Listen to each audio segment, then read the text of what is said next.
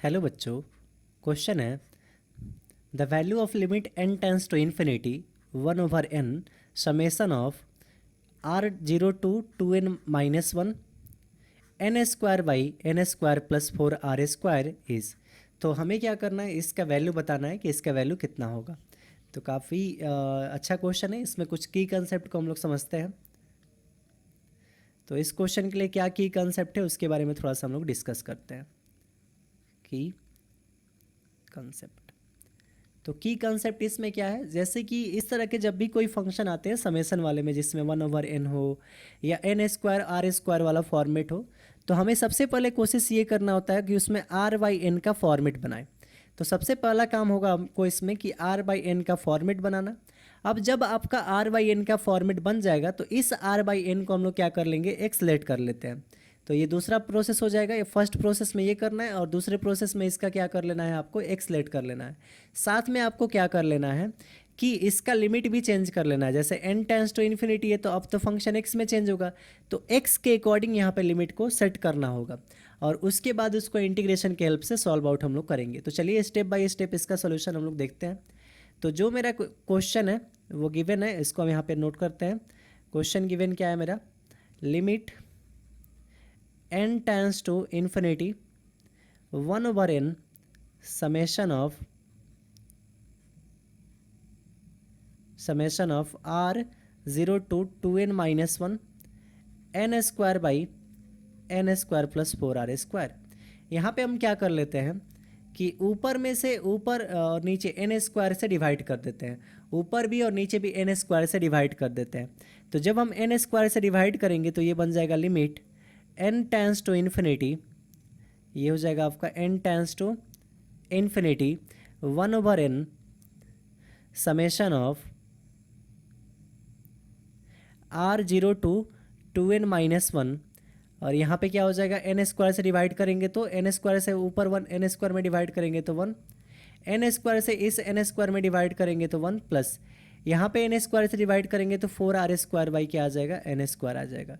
तो I hope आप यहाँ तक समझ गए होंगे। अब इसके आगे हम लोग चलते हैं, तो थोड़ा सा इसको नेक्स्ट पेज पे हम लोग नोट डाउन करते हैं। तो ऐसा बन के ये आया है। अब इसको हम लोग थोड़ा सा आगे प्रोसीड जब करेंगे तो ये हो जाएगा limit n tends to infinity और यहाँ पे 1/n, ये समेसन हो जाएगा r0 to 2n-1 और यहाँ पे 1/1 प्लस इसको r/n का होल स्क्वायर, यहाँ पे 4 इंटू r/n का होल स्क्वायर कर सकते हैं। अब यहाँ पे इसको इक्वेशन फर्स्ट बना लेंगे। अब देखिए यहाँ पे क्या करना होगा, हम लेट कर लेंगे यहाँ पे कि r/n जो है वो क्या है, मेरा x है। तो r/n को हम लोग क्या लेट कर लिए, x लेट कर लिए। तो जैसे ही r/n को लेट करेंगे यहाँ पे हमको लिमिट भी चेंज करना होगा। तो x का लिमिट क्या होगा, दो पार्ट में। देखिए यहाँ पे क्या है आपका n टेंस टू इन्फिनिटी है, तो इसको ज़रा सा हम लोग समझते हैं कि x क्या होगा। केस फर्स्ट में जब r आपका क्या है, ज़ीरो है, तो r जब आपका ज़ीरो है और n आपका क्या है, n आपका देखिए किसको टेंस कर रहा है, n इन्फिनिटी को टेंस कर रहा है। तो इस केस में आपका r/x किसके बराबर है, r/n के बराबर है। तो r की जगह पे ज़ीरो, n की जगह पे इन्फिनिटी, तो 0/इन्फिनिटी आपका क्या हो जाएगा, ज़ीरो हो जाएगा। केस सेकेंड में क्या होगा आपका, तो केस सेकेंड समझ लेते हैं। केस सेकेंड में क्या होगा कि r यहाँ पे देखिए, अब r क्या हो जाएगा, अपर लिमिट यानी 2n-1 लेंगे और अभी भी n आपका क्या है, इन्फिनिटी को टेंस कर रहा है। यहाँ पे n इक्वल टू नहीं, n tends to infinity use करेंगे। तो अब इस जगह पे आपका x का वैल्यू क्या होगा, तो यहाँ से x equal to r/n, r की जगह पे 2n-1 अपॉन n की जगह पे आपका क्या रखेंगे, n को तो n ही रहने देते हैं, अभी नीचे n है तो n रहने देते हैं, अभी इन्फिनिटी तो बाद में रखेंगे थोड़ा में। यहाँ पे देखिए ऊपर से n का कॉमन ले लेंगे तो बच जाएगा 2-1/n अपॉन में यहाँ पे n से n आपका कट जाएगा। तो आपका हो जाएगा x इक्वल टू 2-1/n की जगह पे आप इन्फिनिटी रख दीजिए। तो 2-1/इन्फिनिटी आपका ज़ीरो, यानी ये हो जाएगा 2।